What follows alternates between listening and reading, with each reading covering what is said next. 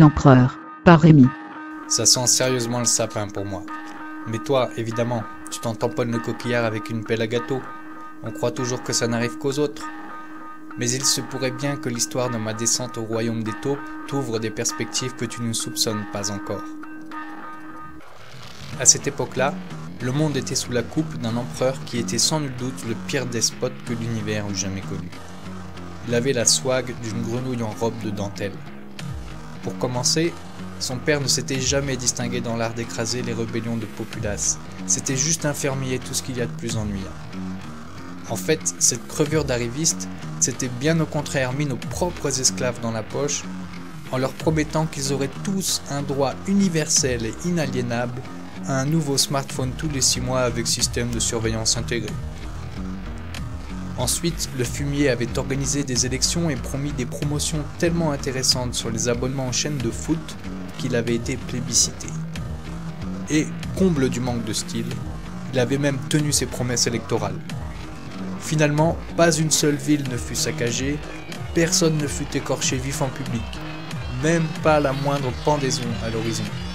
Bref, inutile d'expliquer plus longuement pourquoi nous avions décidé de prendre les armes. Mais cette petite raclure avait un talon d'Achille. Tous les dimanches, il allait tenir la chandelle à ses parents qui persistaient à vivre comme les paysans qu'ils avaient toujours été, dans l'espoir de donner l'exemple à tous les hippies de l'Empire.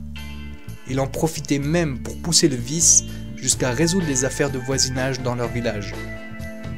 Il était tellement persuadé que personne ne lui voulait de mal qu'il se baladait avec autant de protection qu'un pingouin dans un champ de mine. Et donc, la Ligue des Anti-Injustice, à laquelle j'appartenais, avait compris que son vaisseau restait sans surveillance pendant plusieurs heures chaque semaine.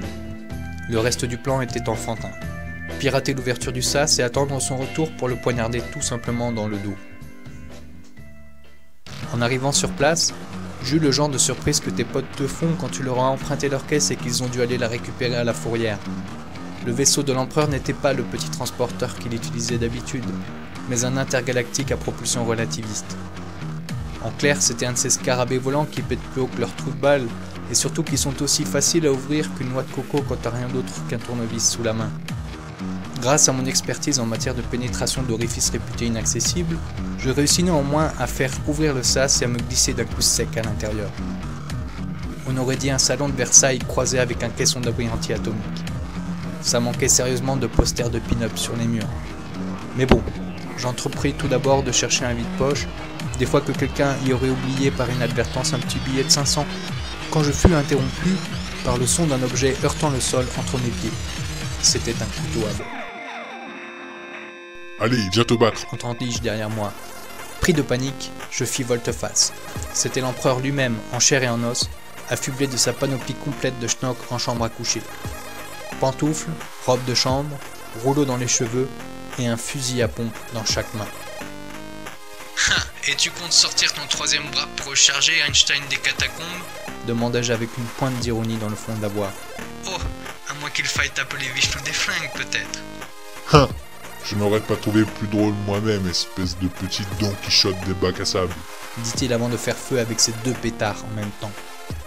J'eus à peine le temps de mettre en route mon bouclier magnétique sur lesquels les plombs vinrent heureusement ricocher. L'empereur tenta de recharger les fusils d'un seul bras chacun, façon Terminator, mais il ne réussit qu'à les faire tomber tous les 2 par terre. Il sortit alors une télécommande de sa robe de chambre et la brandit dans ma direction. Maintenant, vas-y, tu peux toujours essayer de balancer des coups de pied rotatifs à 1080 degrés pour arrêter ça. Il pressa le gros bouton rouge de l'appareil, mais tout ce qui se produisit fut qu'il se mit à danser involontairement des claquettes alors que ses cheveux se dressaient sur sa tête et qu'une fumée noire s'en échappait. Damit! J'aurais pourtant juré que ça s'était pas passé comme ça, Dit-il. Il a l'air vachement bien huilé ton plan, dis donc. Observai-je. On dirait que ça va être un jeu d'enfant de te le carrer tellement profond que tu pourras plus jamais t'asseoir. Ne tue pas la peau d'ours avant d'avoir vu ce qu'il a dans le ventre. Répondit-il avant de se jeter vers sa tablette qu'il avait posée en équilibre sur un coin de meuble. Pendant qu'il s'escrimait à sortir aussi vite que possible de Candy Crush, je ramassai le couteau à beurre.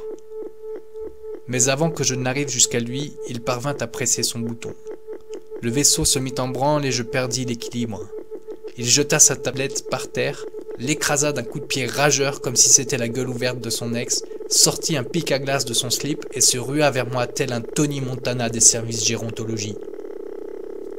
Je pus me relever juste à temps pour dévier son coup, qui me transperça quand même bien méchamment la cuisse, et pour lui enfoncer comme je pus mon couteau dans le ventre avec autant de facilité qu'un godemiché dans un anus de poulet. Le vieux tomba à la renverse sur le dos. Le vaisseau tout entier brombissait terriblement et une pression irrésistible me força au sol, comme si ta mère avait trouvé un pigeon pour soulager ses chaleurs. On devait probablement être en train de sortir de l'atmosphère. Lorsque les tremblements eurent diminué, l'empereur me balança. « Tu sais, petit, ça fait des années que j'attends ce moment. » Eh ben, j'aimerais pas être à ta place, parce que vu comment t'es en train de refaire une coloration au sol, t'as l'air d'avoir bien morflé. Tu n'es qu'un jeune sot. Tu crois tout savoir sur la politique, tu regardes les journaux télévisés tous les jours.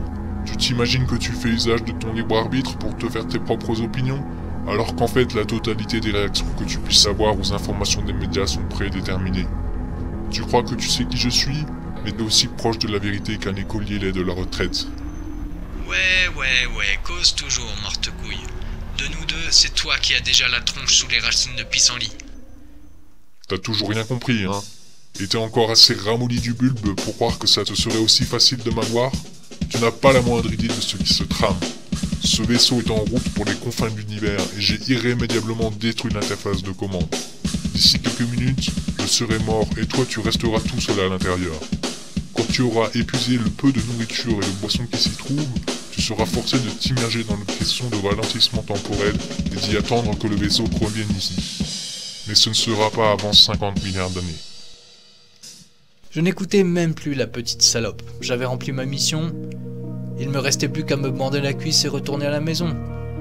Voyant que je prêtais autant d'attention à ces élucubrations que t'emporte ta copine quand elle te parle de mariage, l'empereur saisit son pic à glace et déchira le haut de son pantalon. Mais je n'ai plus la force de continuer à raconter cette histoire. Alors que je gis dans mon sang, les secondes qu'il me reste à vivre sont maintenant comptées. J'ouvre les tissus et je montre au petit couillon la cicatrice que j'ai à la cuisse. Il me reste juste assez de souffle pour lui expliquer. Le temps n'est pas linéaire, il est circulaire.